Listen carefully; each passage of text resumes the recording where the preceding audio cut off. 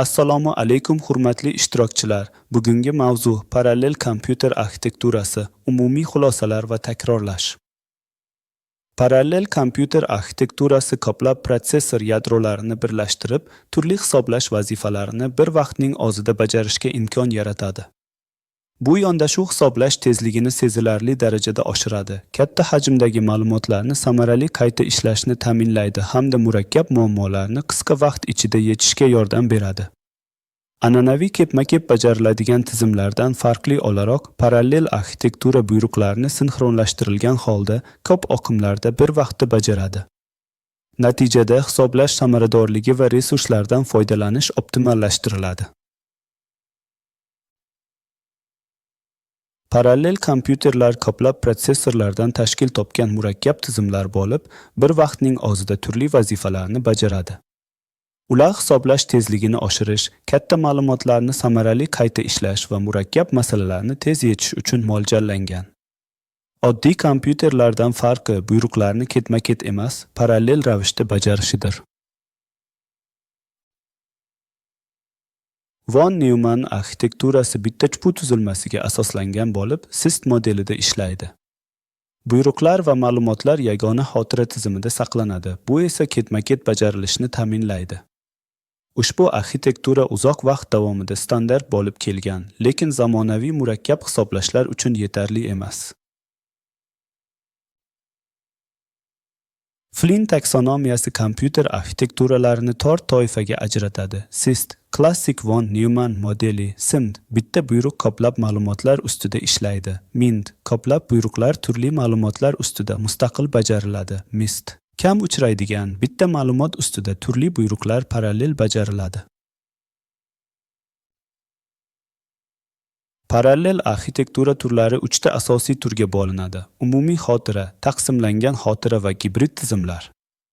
Umumiy xotira arxitekturasida barcha protsessorlar bitta xotirani bo'lishadi. Bu esa tez ma'lumot almashinuvi imkonini beradi.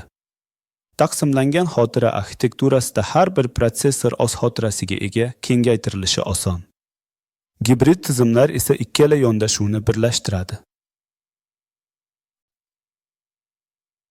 Shared memory arxitekturasi dasturlashni osonlashtiradi va tezkor ma'lumot almashinuvi imkonini beradi. Sinxronizatsiya mexanizmlari sodda, lekin xotira kirishining cheklangan kengligi va ko'p protsessorlar uchun sinxronizatsiya muammolari mavjud. Katta tizimlar uchun kengaytirilishi qiyin, shuning uchun distributed yondashuv afzalroqdir. Distributed memory arxitekturasi har bir protsessorning o'z lokal xotirasiga ega bo'lishini ta'minlaydi. Bu esa boshqa protsessorlar uchun bevosita kirishni cheklaydi. Ma'lumot almashinuvi maxsus tarmoq kanallari orqali amalga oshadi. Bu esa yuqori miqyoslilik va samaradorlikni ta'minlaydi. Bu arxitektura superkompyuterlar va katta klaster tizimlarida keng qo'llaniladi. Parallel kompyuterlarning asosiy qismlari protsessorlar, xotira tizimi va tarmoq aloqasidan iborat. Ko'p yadroli markaziy protsessorlar, grafik protsessorlar va ixtisoslashtirilgan qurilmalar har biri o'z vazifalariga moslashgan. Iyerarxik xotira tuzilmasi kesh xotiralar, tasodifiy kirish xotirasi va tashqi xotira qurilmalarini o'z ichiga oladi. Yuqori tezlikli ichki aloqa kanallari protsessorlar o'rtasida tezkor ma'lumot almashinuvini ta'minlaydi. Kesh xotira protsessor ichida joylashgan va tez-tez ishlatiladigan ma'lumotlarni vaqtincha saqlaydi.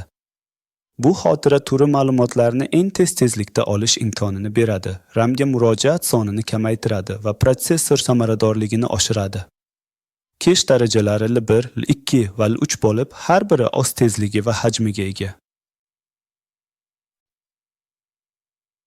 Keshning ishlash prinsipi spatial va temporal locality'ga asoslanadi. Spatial locality'da bir ma'lumotga murojaat qilinganda, uning yonidagi ma'lumotlar ham tez orada kerak bo'lishi mumkin. Temporal locality esa yaqinda ishlatilgan ma'lumotlarni uzoqroq saqlashni ta'minlaydi. Kesh hit holatida ma'lumot keshda topilib, random access memoriga murojaat qilinmaydi. Bu esa ishlash tezligini oshiradi. Parallel tizimlarda sinxronizatsiya va dialog muammolari ko'p protsessorlar bir xil resursga kirishga harakat qilganda yuzaga keladi. Kritikal seksion va mutih mexanizmlari zarur. Xotira kirishining cheklangan kengligi buz toyinib ketishiga olib keladi. Kesh coherency muammosi esa turli protsessorlardagi ma'lumotlar mos kelmasligidan kelib chiqadi. Bu esa noto'g'ri natijalarga olib kelishi mumkin. Zamonaviy parallel arxitekturalar ko'p yadroli markaziy protsessor, grafik protsessor hisoblash va fizik protsessor arxitekturasini o'z ichiga oladi. Intel va AMD protsessorlari 128 gacha yadroga ega. Nvidia va AMD grafik protsessorlari minglab kichik yadrolar bilan massiv parallel hisoblashni ta'minlaydi. Fizik protsessor arxitekturasi 256 gacha yadro bilan yuqori samaradorlikni taklif etadi.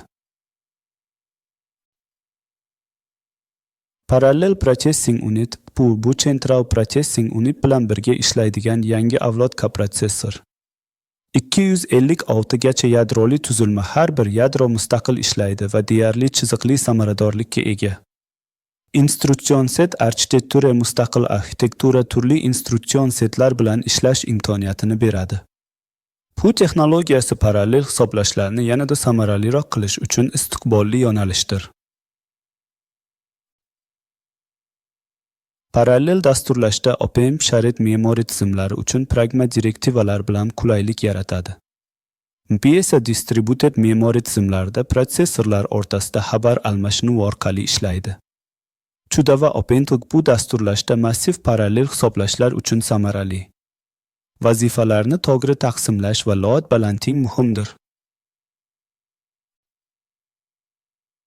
Parallel kompyuter arxitekturasi ilmiy hisoblashlarda murakkab simulyatsiyalar va iqlim bashoratlari uchun muhim. Sun'iy intellektda chuqur neyron tarmoqlarni o'qitish va tabiiy tilni qayta ishlashda zarur. Big data uchun katta hajmdagi ma'lumotlarni tahlil qilish va real vaqtda qayta ishlash imkonini beradi. Tibbiyotda genom analizi va shaxsiylashtirilgan tibbiyotda qo'llaniladi. Von Neumann arxitekturasi klassik ketma-ket SIST modeliga asoslanadi, zamonaviy talablar uchun yetarli emas. Flynn taksonomiyasi SIST, SIMD, MIMD va MIST arxitekturalarni tasniflaydi. Umumiy va taqsimlangan xotira tizimlari o'ziga xos afzallik va kamchiliklarga ega. Kesh xotira L1, L2, L3 darajalari bilan samaradorlikni oshiradi. Zamonaviy protsessorlar multi-storage bu texnologiyalarni o'z ichiga oladi. Parallel arxitektura hisoblash samaradorligini sezilarli darajada oshiradi. Zamonaviy ilmiy tadqiqotlar uchun zarur. Ko'p yadroli tizimlar arzonlashmoqda, yangi dasturlash vositalari paydo bo'lmoqda. Biroq dasturlash murakkab, sinxronizatsiya va tachi coherency muammolari mavjud. Kelajakda heterogen arxitekturalar va kvant hisoblash rivojlanadi. Parallel kompyuter arxitekturasi zamonaviy hisoblashning asosi bo'lib, barcha sohalarda qo'llaniladi. Chuqur nazariy bilim va amaliy ko'nikmalar yuqori malakali mutaxassis bo'lish uchun zarur. Texnologiyalar tez rivojlanayotganligi sababli doimiy o'rganish va yangi yondashuvlarni o'zlashtirish muhimdir. Savollar va muhokama uchun ochiqmiz. E'tiboringiz uchun katta rahmat.